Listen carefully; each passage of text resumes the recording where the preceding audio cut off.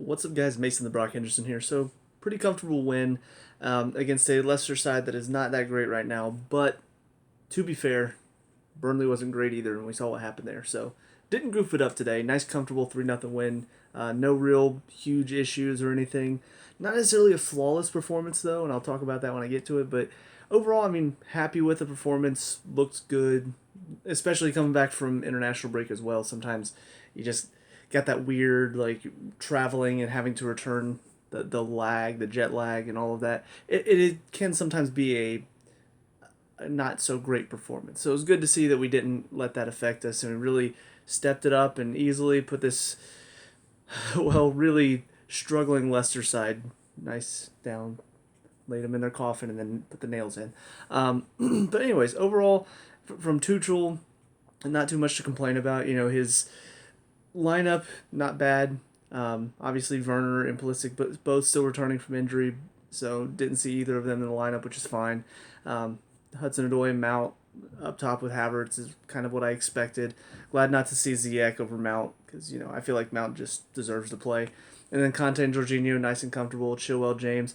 A little disappointed not to see Aspilicueta in the back line, but I mean Chalobah, Rudiger, and Silva is a good back three. So all in all, I mean the lineup wasn't bad. His subs, ironically enough, at the time I was thinking Pulisic for Havertz was a good sub because we needed a bit more energy in that moment because Leicester started to step it up a little bit, and you could feel we were starting to kind of slow down, so we needed some energy injected in.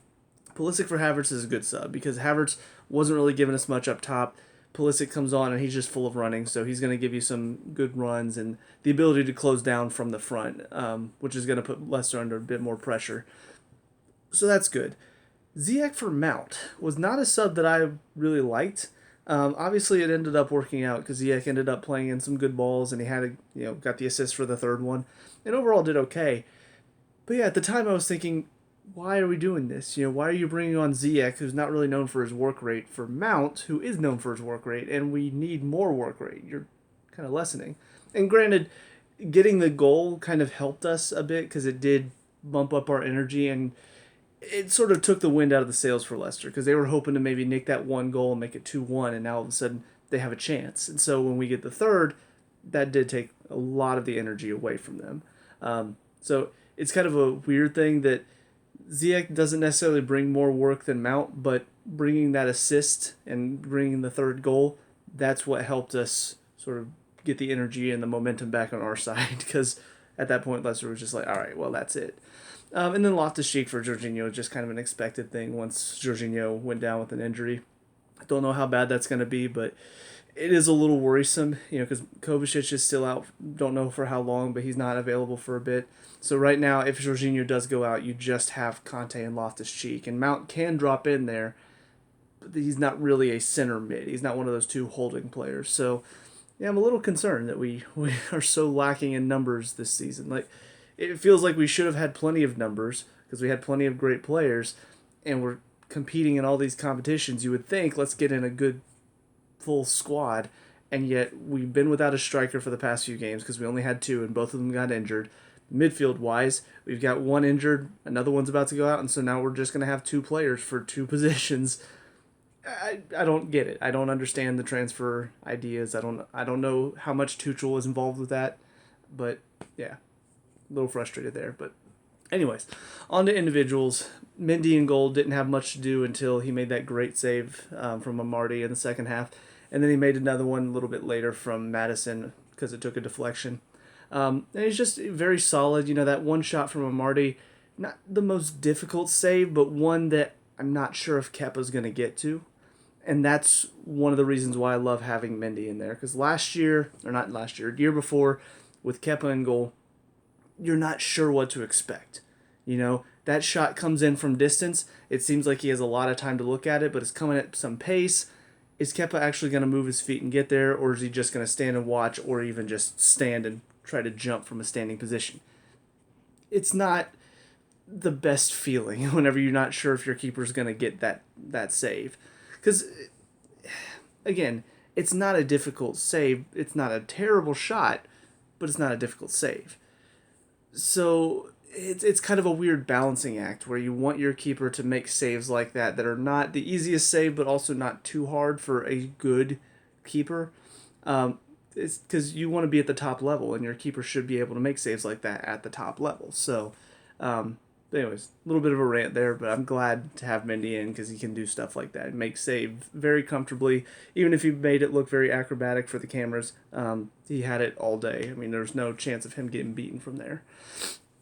Into the back line, Rudiger today, a little scary at times. There were just moments where it felt like he kind of let, I don't know, blood rush into his head and just went a little crazy. On the ball, a couple times he got being caught, basically being a little lazy. Just kind of standing on the ball casually, and then just a casual little pass, and then Leicester pressing because they are, they're looking to try to turn their fortunes around because they've not been that good.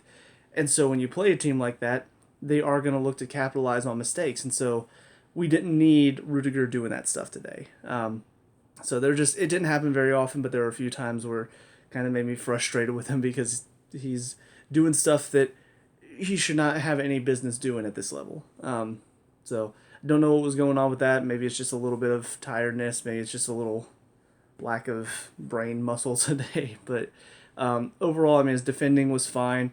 And he did put in a couple decent balls going forward. It's just those few mistakes wish he didn't have in his game. Silva, another very solid performance from him. People call him the Rolls Royce of defending. And yeah, he's just very calm, very composed. He knows what he's doing. He's intelligent. He's an intelligent defender, and I love having a defender like that on my team. I love whenever there's a player that they're going to do their job.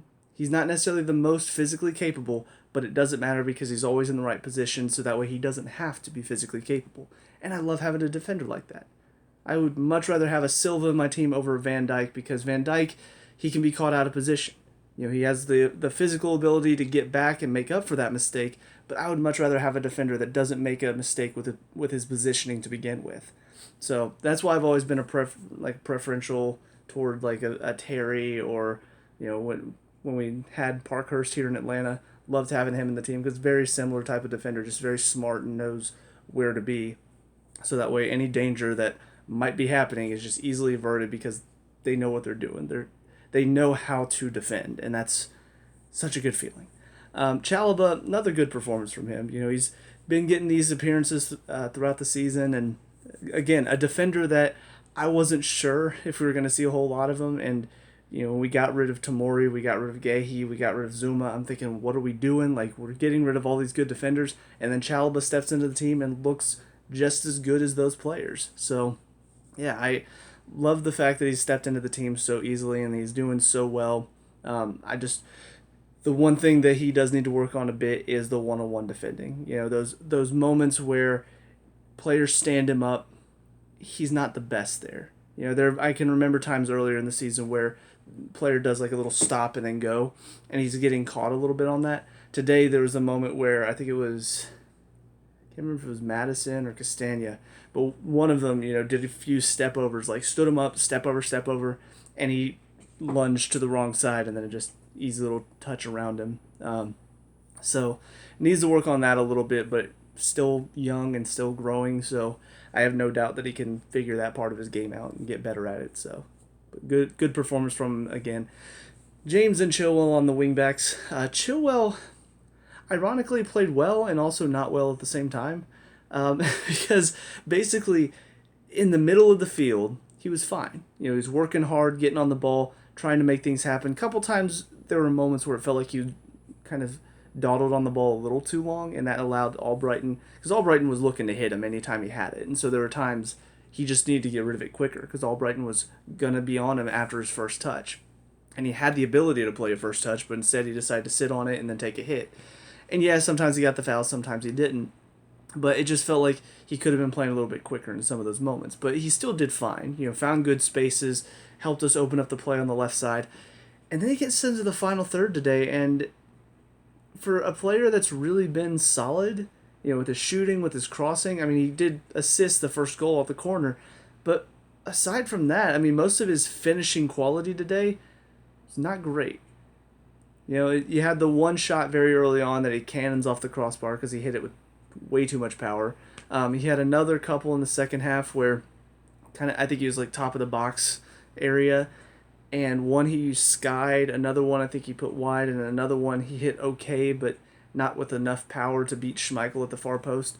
So it just felt like for his quality, for his finishing quality, I expect a bit more from him. I expect him to provide us more, to score a couple goals, to at least test. I'm really tired, and words are hard when you're really tired. But testing Schmeichel a bit more is kind of what I was expecting from him, and he didn't do that enough for me today. But again, I'm not knocking the rest of his performance. I mean, he worked hard all game. It's just those are the moments where he's normally better, so he wasn't at his best there today. James overall was fine. Still nothing world beating as far as I know he's getting a lot of praise right now. Personally, I think he's doing well. I think he's playing well. I still want to see a little bit more out of him though. I still want to see a little bit more work rate and a little bit more energy and kind of constantly moving and being available. It just feels like there's too many times where he's kind of standing and waiting, and then the ball will come to him and it'll do something great. But we could have used you about a minute earlier when we had to knock it all the way back around because you weren't an option, because you were standing being marked instead of popping into space. And then there are also moments where it feels like because he's on his heels and he's not ready, ball gets played and he's not ready to change his run or to, be on his toes and be ready to go get it. And so the ball ends up going out of bounds or defender beats him to it. So there's these moments. It's not very often, but these moments throughout the game where I get frustrated, and I can't think of Azpilicueta doing that. And that's kind of why I want to see more out of James, because he is a very talented player. All the praise for his ability is warranted, but his work rate is where he still lacks a bit. There are players that can outwork him because he's not quite 100% going all the time, not ready to go, and so he can get beat from every now and then. And I think Azpilicueta can give the team a little bit more because he's constantly making those runs up and back, providing options, being out wide, making himself available out wide, opening up the space for players around him, whereas James, he'll do it occasionally and then he'll kind of disappear for a bit. So I might be a little bit more harsh on him just because I am a huge fan of Azpilicueta, and I hate the fact that he's being kind of frozen out of the team again, just like with what happened under Lampard. But I don't know, as long as he can continue to produce, James does, as long as he continues to produce in the final third, I don't have a problem.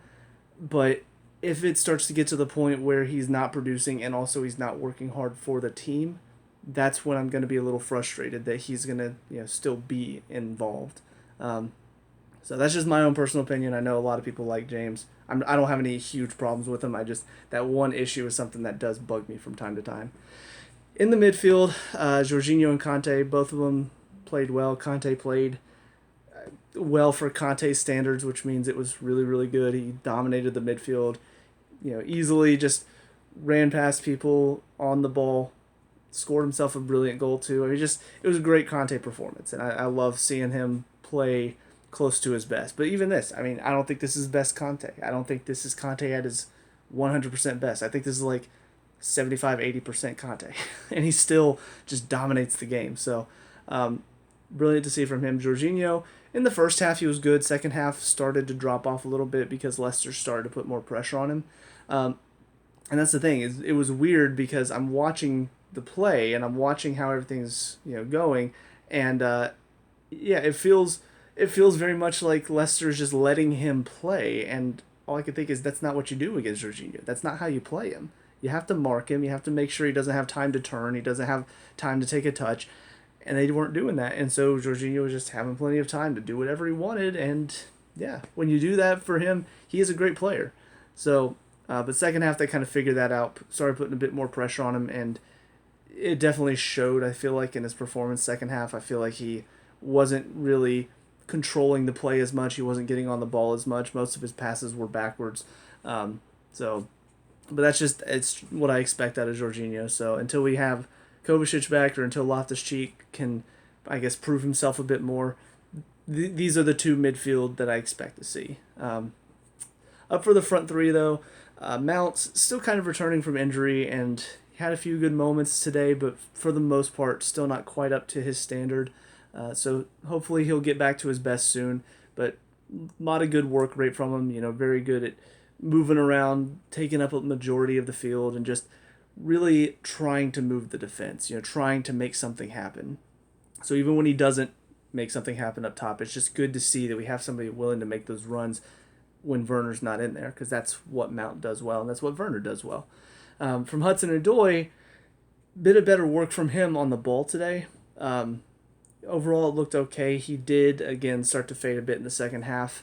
I think it's just, honestly, I really do think it's down to his fitness levels aren't quite up to what he needs to be right now, because there were moments when I could tell he looked tired. It wasn't that he was losing focus. It wasn't that he was just kind of fading out of the game. He was looking tired. So I think his fitness levels really need to improve if he wants to play a full 90.